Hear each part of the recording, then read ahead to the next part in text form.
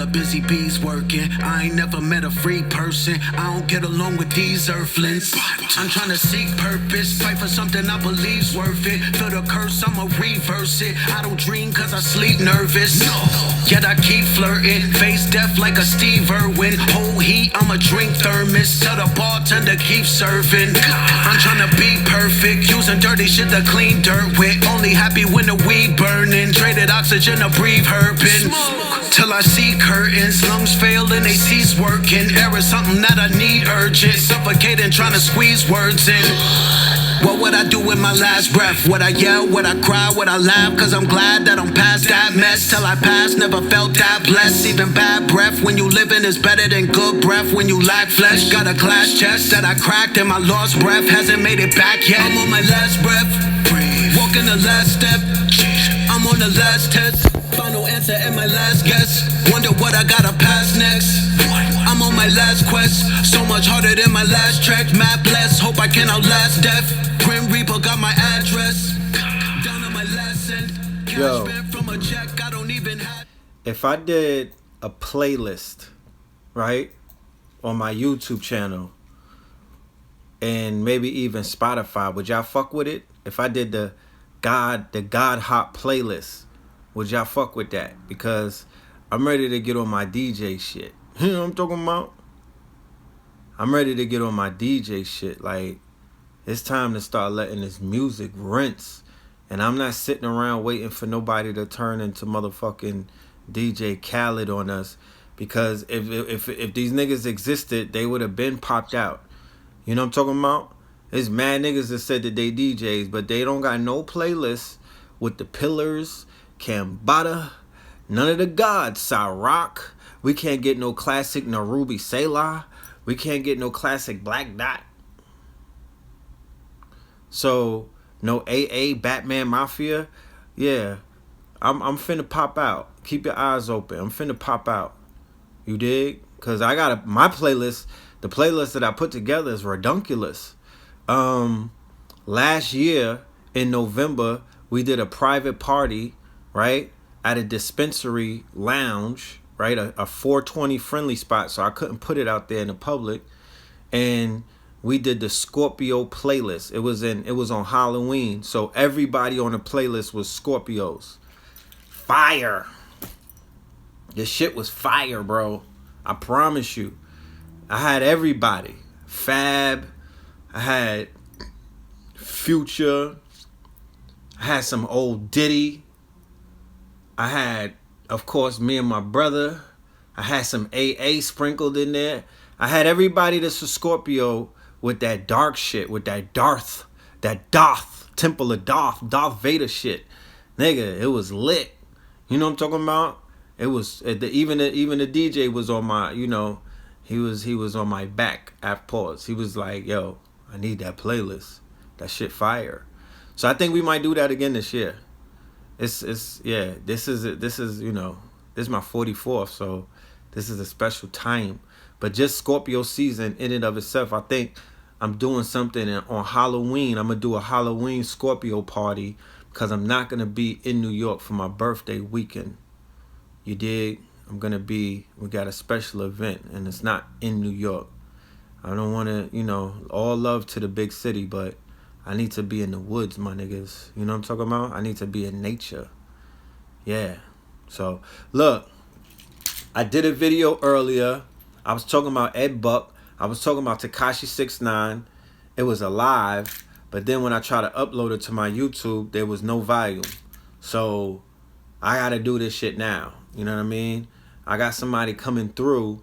So I'm going to have to when I take a break, I'm going to let the music play while I go and answer my door and whatnot. So y'all be all right. Y'all don't leave. It'll just be a smoke break. You dig? I'm smoking on a panic pack. And, you know, I'm not going to be all on camera smoking because the little ones is watching and they, you know, I don't want them to get anything, even though I'm sure that they see that shit every day. But, you know, you still got to be respectful. Alright, boom. Ed Buck, right, got arrested today. For the family who don't know who Ed Buck is, Ed Buck he fits the narrative that we've been sharing with the family when we've been talking about In Too Deep, when we've been pointing out, the fallacies of the Me Too movement. When we point out the fact that there's a lot of people on the male side of the LBGT movement who these people protect tons and tons and tons and tons of people. You know what I mean? They protect pedophiles. You've never seen anybody who's used, they're known for spilling the tea, but when's the last time you've seen somebody spill the tea on one of their own in the alphabet soup movement? When have they ever said, yo, I seen a gay man touching a little boy in Disney at the Nickelodeon backstage? They do everybody's hair and eyebrows and nails and whatnot. Nobody's seen nothing. Nobody knows anything. Like, how many of them take the stand? Now, there's a case of a European man who was a very famous Democratic donor. The fact that he's a Democratic donor translates to he has power. When you hear Democratic donor, you hear somebody who has a lot of favors from powerful people because he plays the money game. And the money game in the capitalistic country or the state of United States of America, the money game, I don't care what anybody says. Not to say that they're not correct, but they should include playing inside of politics with your bag. That's called a money game. And that is a cheat code. You play that game long enough, my nigga, you might get one of those cheat codes like in Zelda. You know what I'm saying? Doors start opening up. Nigga, you get the magic key. You understand? If you play that game, that's why the Trump presidency will not end in 4 years. It will continue on because of the fact that he is playing the highest game of chess in this crony capitalism existence since, I don't know. And not in the seat of a presidency. Nobody has been playing with big business the way that he's been playing with it and setting up all of these people who are quote unquote rich on paper to get richer on paper.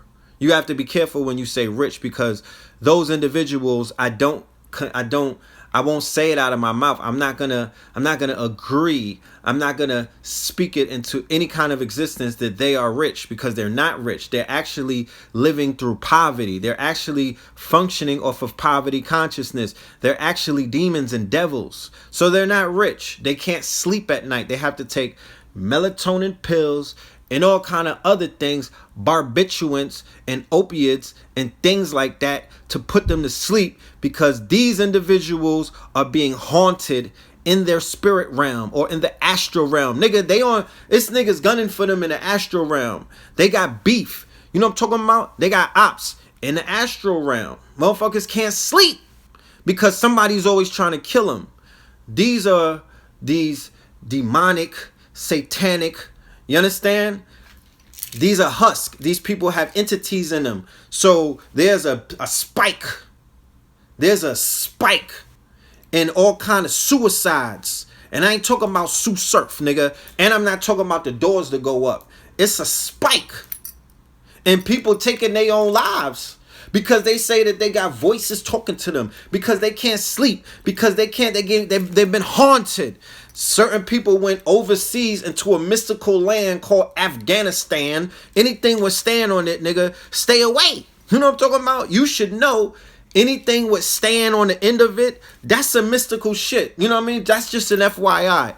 Nigga, Turkestan, Afghanistan, Abrakistan, nigga, Rakistan, nigga, stay out of that shit. Especially if you over there doing some fuckery and you don't have and you ain't go over there to fight spiritual wars. You going over there with an AK-47, but them niggas will cook your spirit in a mason jar. You understand? It hit differently when they shoot back. It hits differently in Babylon or Mesopotamia. Niggas done went over to Mesopotamia. Niggas went up in Babylonia and started acting a fool. So motherfuckers is cursed. They're cursed. You know what I'm talking about? Niggas is cursed. So they out here standing niggas. That's right. Sending niggas home with all kind of defects. Then over here in the States, the police is out here offing themselves. You know what I'm talking about? You know, because Nobody is going to talk about it on YouTube or on the internet that there's a way to fight people who are terrorizing you, and it doesn't necessarily have to be physical. This is how warfare has been fought for centuries. I didn't make it up. I'm just reminding you. Niggas will put you in a jar. Don't leave a fork behind. You know what I mean? You think Ancestry.com is out here using your spit to find out who you are? There's other people who could do that. They could take a piece of your hair or some of your spit, my nigga, or a used condom and cook you. You gotta be on point. You know what I'm saying? The shit deeper than rap. It's deeper than rap. Unfortunately, a lot of our people they're oblivious to shit like this. But it's deeper than rap, bro. I promise you. I shit you not. And as you mature and as you evolve and as you move forward in life, things will reveal themselves to you and they'll open up. If you don't understand, overstand, understand, it's just not your time. You know what I'm talking about? Nigga, you're still slow roasting. It ain't your time. You know, and don't hop out the pot. Just trust the process. Or like the swiper say, trust the product process. You know what I'm talking about? Trust it. You know? Because it's right and exact. Everybody gets their fucking day. Everybody gets their chance. All you niggas are gonna get a 15 minutes on the stage. Don't worry about it. Everybody's gonna get a chance to be a motherfucking god. Right? So, Ed Buck, known motherfucking, I'm not sure if I could say pedophile. What he is he's another version of a Jeffrey Dahmer. He solicits sex workers. So, you know, people are always talking about how transsexuals are being killed out there on the road and whatnot. But what they don't mention is these motherfuckers are sex workers. But they don't say anything about sex working. They don't say that there's dangers in that. They don't say that they follow another constitution other than the shit you niggas is trying to say everybody should follow. Fuck is you talking about? If you out there on the other side selling drugs, hitting licks, you motherfucking selling box, moving weight, nigga, there's a new set of rules. It's a new constitution, and there's a new fucking 10 commandments that niggas have to follow on that side. Stop acting like that shit is the square world. This is not SpongeBob's world. That's not the SpongeBob SquarePants constitutional motherfucking illusionary world that niggas act like that you live by. That's a whole nother world. So in that world, people get laid out.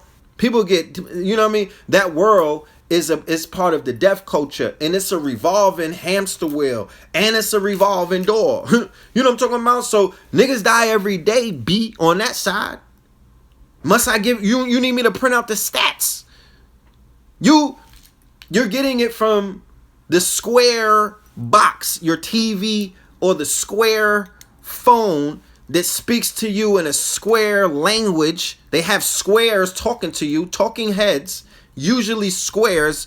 Matt Bauer and them niggas, they don't have a gangsta bone in their body. Don Lemonade and all of these are squares talking to you about square life, but they're speaking about shit that's going on in the underworld, trying to motherfucking marry it to square business, and that's not how it works.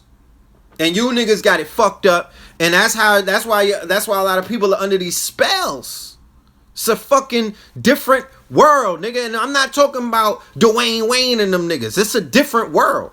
And they go by different rules. And if you don't abide by that rules, get the fuck out that world. Don't play in that world. Because in that world, there's no such thing as we can't take your fucking top off if we want something from you. You're playing in the underworld. There's a whole set of rules. There's a whole it's a whole bunch of deities. Uncle Sam is not going to protect you like that. Nigga, this is the Sith Lords. This is the underworld, nigga. This is motherfucking the Dark Lords. You in the triple darkness. Nigga, this is where Darth Vader and these niggas is at. And the stakes are high. And it's off with your head if you slipping up. If you don't, if it's the same, it's the game of life. I had to take a call. This is it's the triple darkness. There's dark entities, dark forces. People play that game. It's the game of life. It's the Hunger Games. It's the Game of Thrones. And the stakes are high. It's off with your head in that game. You could hop in the game. I seen niggas that was selling stolen items back in the days, in the booster days. Niggas was selling stolen polo and got their top pop. Niggas was selling their PlayStations that they was getting off of the jug. They was getting their tops. They was getting lined up and niggas was finishing them. Body bag. There's people out there that's doing whatever they doing, transactions hand to hand with other shady individuals. Lined them up. Lined them up. I don't even want to tell you what happened to the nigga body. It's a cold, cold world on that side. You don't got to play in it. Nobody told you to jump in. Everybody that's on that side is over there voluntarily. Let me be clear, okay? 98%, because niggas are going to try to say, what about the women that are sex slaves and all of that? Yeah, nigga, 98%, okay? That 2% right there, we'll give them a pass. But nigga, 98% of the people playing in that world voluntarily signed up to play in that world. And it ain't on us if they didn't read the orientation on the way in. But the orientation said, thou shalt not fucking snitch. Thou shalt not open your mouth. Thou shalt not sit with the squares and talk about this circle to the squares. Because you know how deep you got to dig to find out certain shit that's going on in the square world. And then you find out that the square world is the underworld on 10. And it's all an illusion. But the government, or whatever you want to call corporate America, the industry, you know how many secrets they burying? They don't tell you anything. They don't say nothing. Case in point, that's why niggas been signing Rape You records for how long? Did nobody put you niggas on? Did nobody tell you niggas this skinny? Didn't nobody give you the motherfucking, they didn't pull your skirt, your thugga skirt and tell you that they're out here raping niggas and that they're robbing people and what not to sign and what to look out for? No, because this shit is a perpetual. Give me a minute, y'all. Give me 1 second. Matter of fact, so the reason why people have these don't snitch policies and they're adamant about people keeping information to themselves is because the world that they live in is not the world that they're being persecuted in. All right? And there's an oath that people take when they get into that life. Like a Tekashi69, who not only was hopping into the gang life, and that wasn't what he was about, he basically volunteered thousands and hundreds of others to get in that life as well, with all of his lyrics and his rhetoric and the way that he was out there promoting and marketing gang culture. Because he wasn't the only one that signed up to the gang after the whole Trey thing. You dig? Imagine how many Poindexters and scary niggas in the hood, you know, signed up for the gangs. Because Tekashi69 was the king of scary niggas. Tekashi69 was the king of Poindexters. Tekashi69 was the king of fuck niggas. That's why he was so viral, because there's more fuck niggas out there than there's real niggas. And they were magnetized to that little nigga. And it didn't help that he had rainbow hair. So that was a trigger. You know what I'm talking about? Nigga, that was a trigger. You put rainbows on and you start talking, nigga, you'll go viral. Because niggas will come out the woodworks.